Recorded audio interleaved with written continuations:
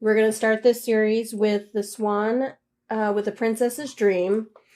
And we're going to read about 2 chapters tonight, and hopefully you guys come back for the rest. All right. In the beginning, Diamond is a swan who has a dream of being with her prince. She is a swan of great elegance, grace, and beauty. She has feathers that are as white as snow on top of the Appalachian Mountains. Her beak is as black as the coals in the deepest mines of the earth. Her blue eyes hold the sky's glorious beauty and wonder of her home in the enchanted forest. We find Diamond waddling in her pond, enjoying the rays of the sun as she recalls her memories of being with her prince while he cared for her so tenderly. Diamond lives in the forest in her pond that is surrounded by lily pads and lilac flowers. There are tall trees that shade her during the summer and winter months. We venture into Diamond's memory. It was on a bright spring day when the prince of the kingdom, David, was hunting in the forest. The sun shone brightly through the trees as the wind blew at a steady pace. The animals of the forest were bustling around the forest, ensuring to scurry away to the safety of their homes when they heard the prince approaching. Butterflies, bees, and a few hummingbirds could be seen scattered through the forest, flurrying from flower to flower. The color within their wings were gleaming with the sparkling of the sunbeams peering through the various openings within the branches of the trees. As he walked the forest, keeping his eyes scanning the sky, he saw a shadow floating from above.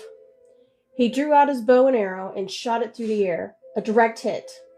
The shadow went down deep into the forest. He jumped on his steed and rode in the direction of where the shadow fell, rustling the branches of the trees on its way to the forest floor.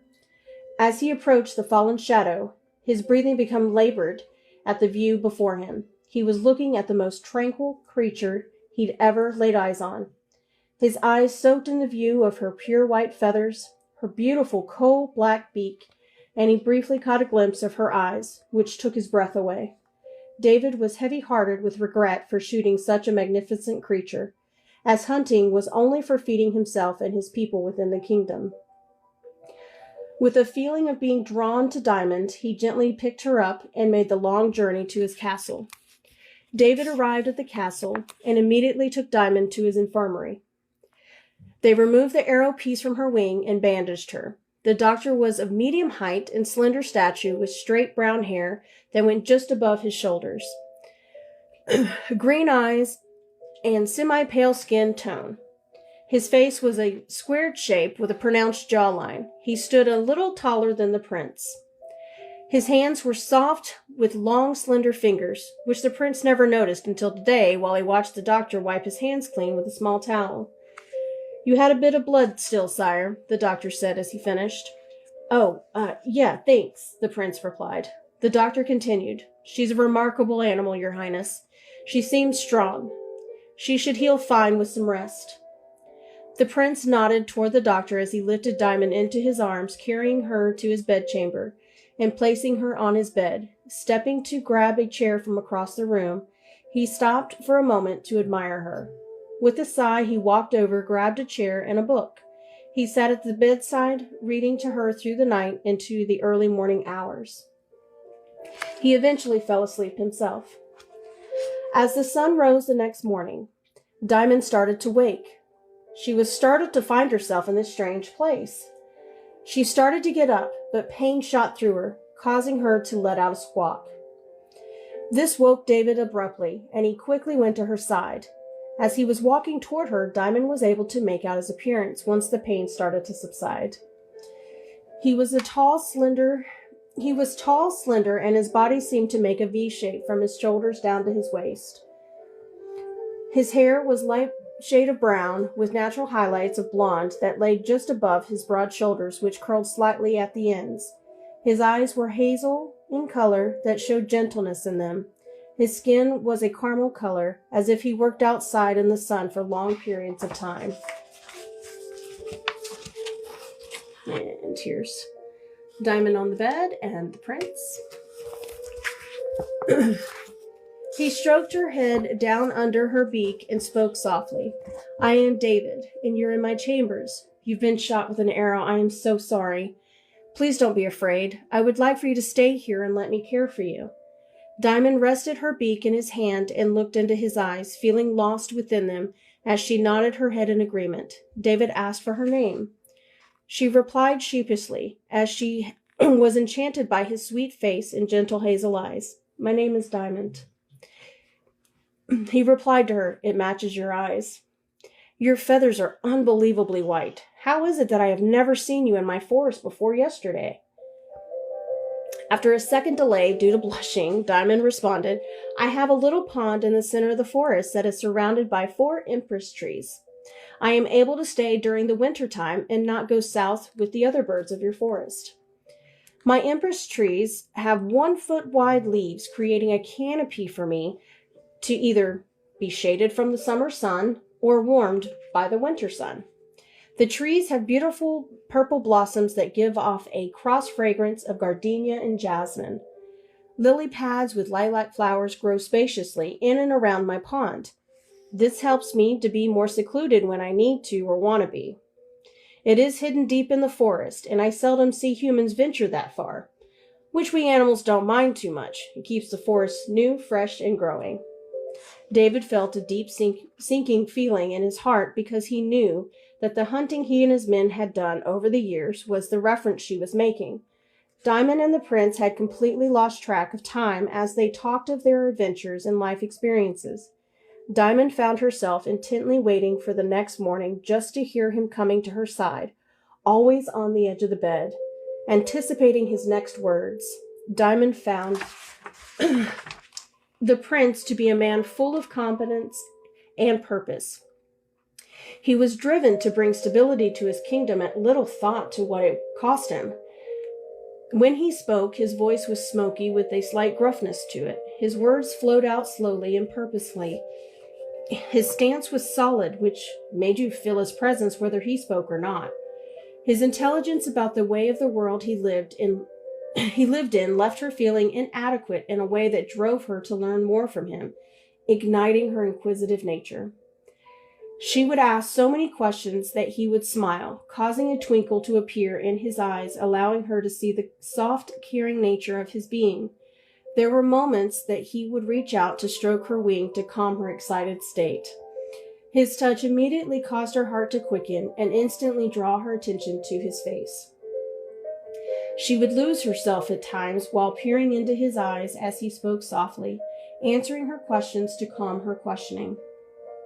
The prince found himself excited each morning he woke, unnoticing the lack of sleep he was getting, knowing he had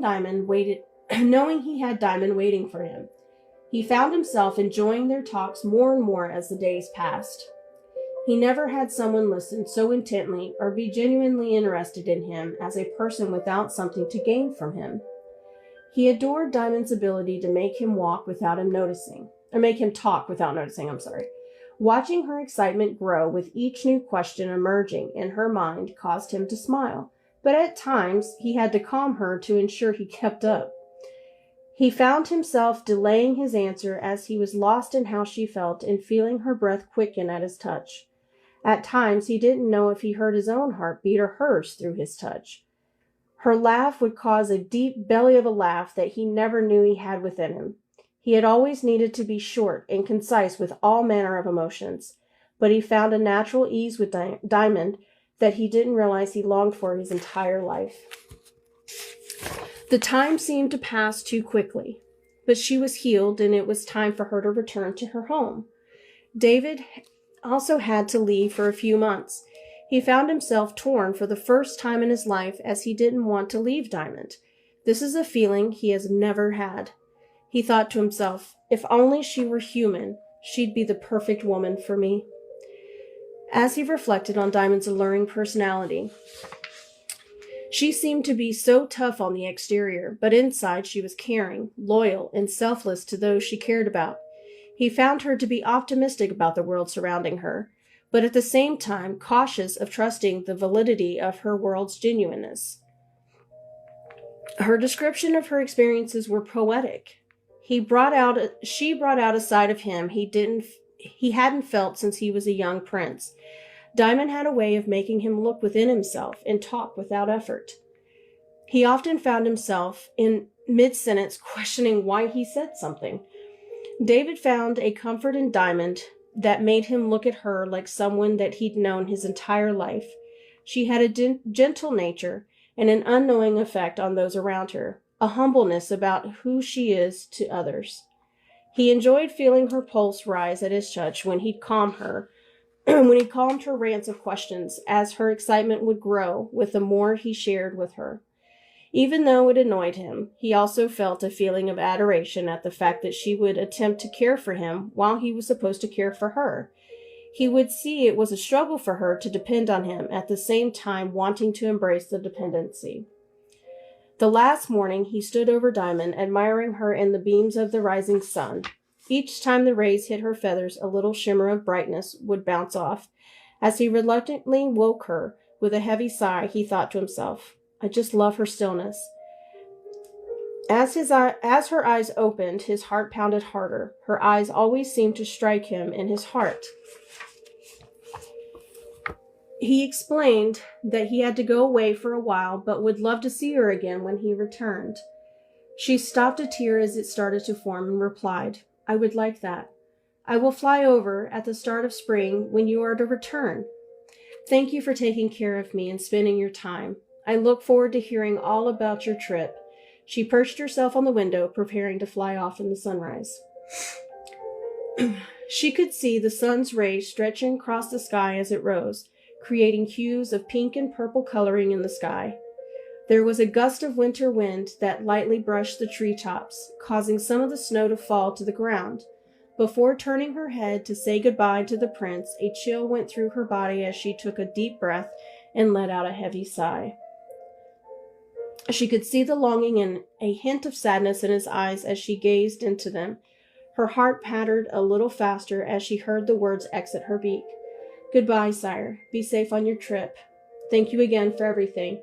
Before he could respond, she was gone. He stood in the window, staring until he could not see her any longer, reluctantly pulling himself from the window, and with her out of sight, he continued to gather his belongings and prepared for his journey across the ocean. He was to venture to the neighboring country to meet the king and his family to discuss merging their countries for trading resources and exchanging ideas of a joint peace. The journey. Prince David awoke that next morning, looking frantically around the room for Diamond. His heartbeat began to slow and his breathing calmed.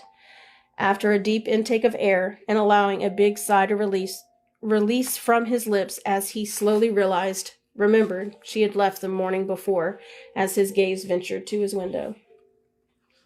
He dragged himself out of bed and to his wardrobe. As he stood there blankly staring at the hanging clothes, he couldn't understand why he felt empty and distracted.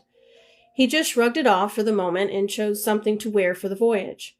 Again, he let out a huge sigh as he grabbed his packed bag from the bench at the foot of his bed as the image of Diamond laying there appeared in his mind. His steps were heavy as he took one last glance at his window as he shut his door to begin his walk to his ship where Matthew, his court advocate, was preparing for their journey with the rest of the crew. Prince David approached his ship, taking notice for the first time the view of it. The ship was oared by 30 rowers. It was 50 meters long and 7 meters wide, which came to a point at both ends. The ship was made of solid oak with caulking material throughout. The color was deep gray with off-white hues. There was one square sail on the center mast. He had bigger ships, but this one he liked to use because it was the fastest and an antique. As his glance shifted from the mast to the outer details, his eyes caught what he'd missed every time he traveled in the ship. The front of the ship, where typically would be a dragon's head, the prince saw a swan instead, which took his breath for a moment, losing him in his thoughts of Diamond. He stood there motionless in disbelief that it was as if she was with him for this journey. His thoughts were interrupted as he heard Matthew yelling down to him. Sire, are you going to come aboard or wish us fond farewell? Matthew chuckled softly as the prince snapped out of his trance and started his walk up the ramp, bringing him on board. Matthew was a tall, lanky character with shady blonde hair and deep blue eyes. His subtle muscle tone caused most to underestimate his physical strength, which the prince noted as he watched Matthew pulling on the rope for the center mast on his own and wrapping it to the side post of the ship, anchoring it in place. Prince David and Matthew had known each other since they were small children. When the prince was of age to choose his court advocate, he immediately thought of Matthew. Matthew was always the quiet, reserved type, observing everyone. He never hid any information from his prince, no matter how it would make the prince feel. Matthew felt that all matters were for the prince to be aware of. Most people in town didn't trust Matthew for that very reason, but that quality made him an asset to the prince. Prince David walked to Matthew, setting his bag at his feet. "It's a good day for a journey, isn't it?"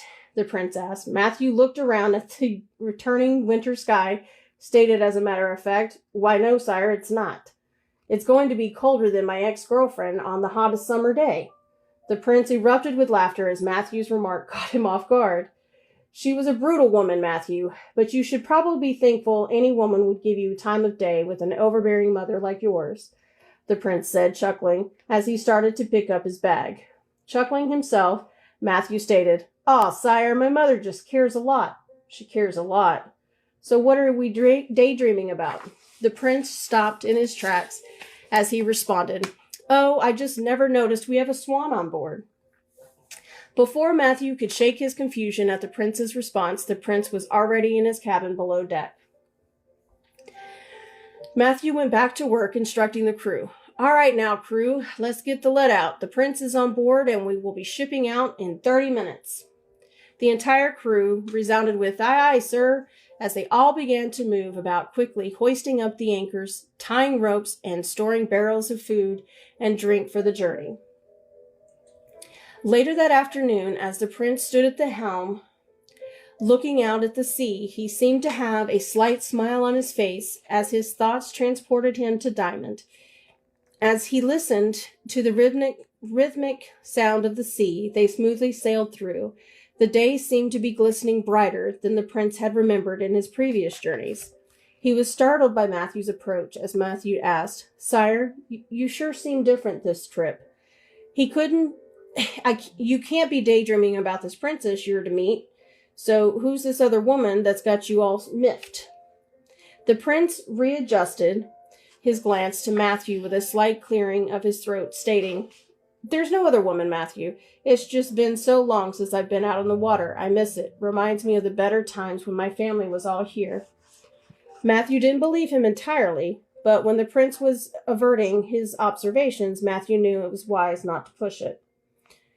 Prince David went on about his day on the ship with many moments of his thoughts straying toward his time with Diamond. He tried through various tasks to keep his mind on the journey and the reasons for it. By early evening, he gave up on his endeavor to stay busy.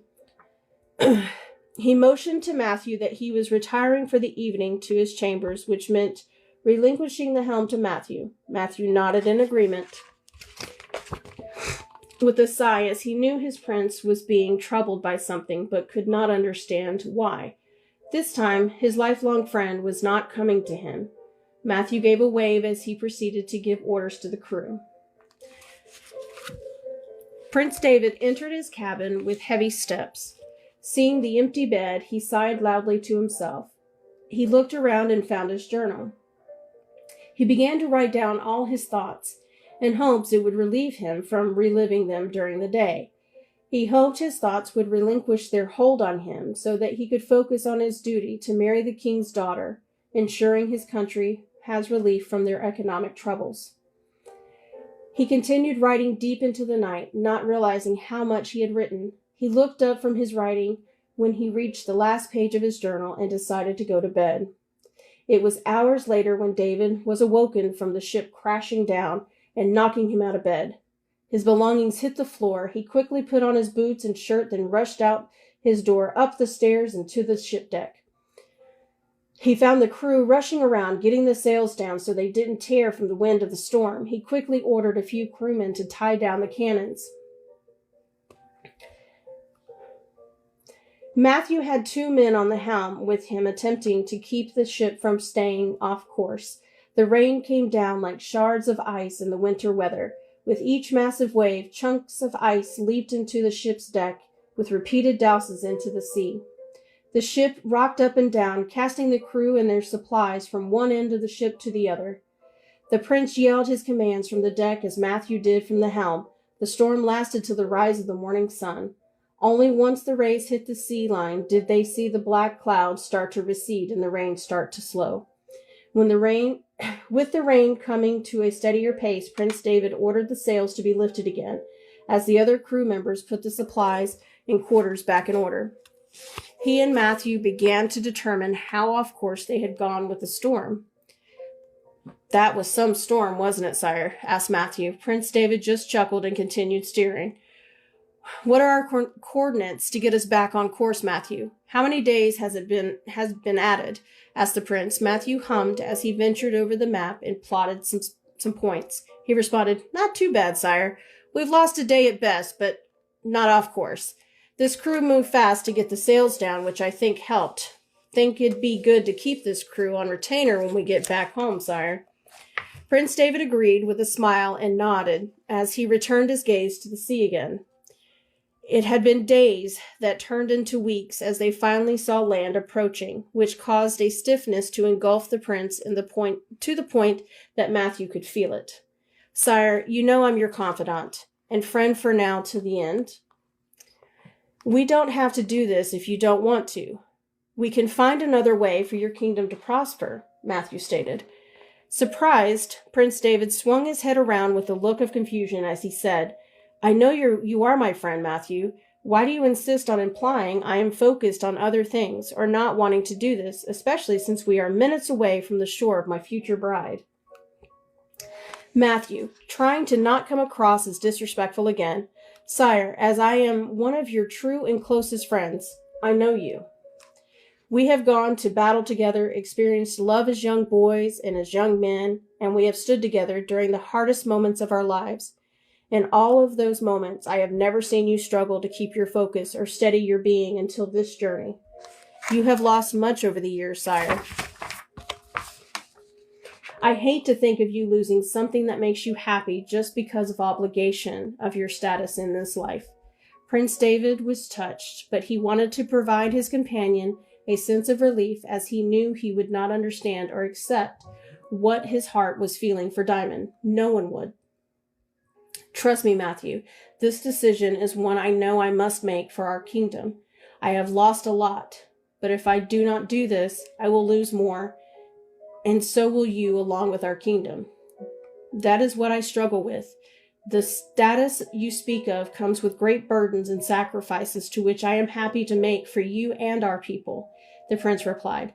Matthew again let the issue go as the crew announced they were lowering the anchor. All right, so that is our first 2 chapters, everybody. Thank y'all for joining. We will be next week. I will look at going live on TikTok. I'm going to try that platform.